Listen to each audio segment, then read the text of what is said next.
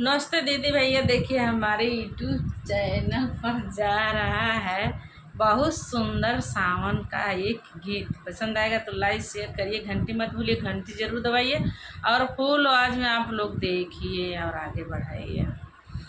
तालाब में बादली तारे का चिरैया, सड़किया बिचवा बोला हो, बाला मोरावा सड़किया बिचवा बोला हो, बाला मोरावा मोरावा के बोली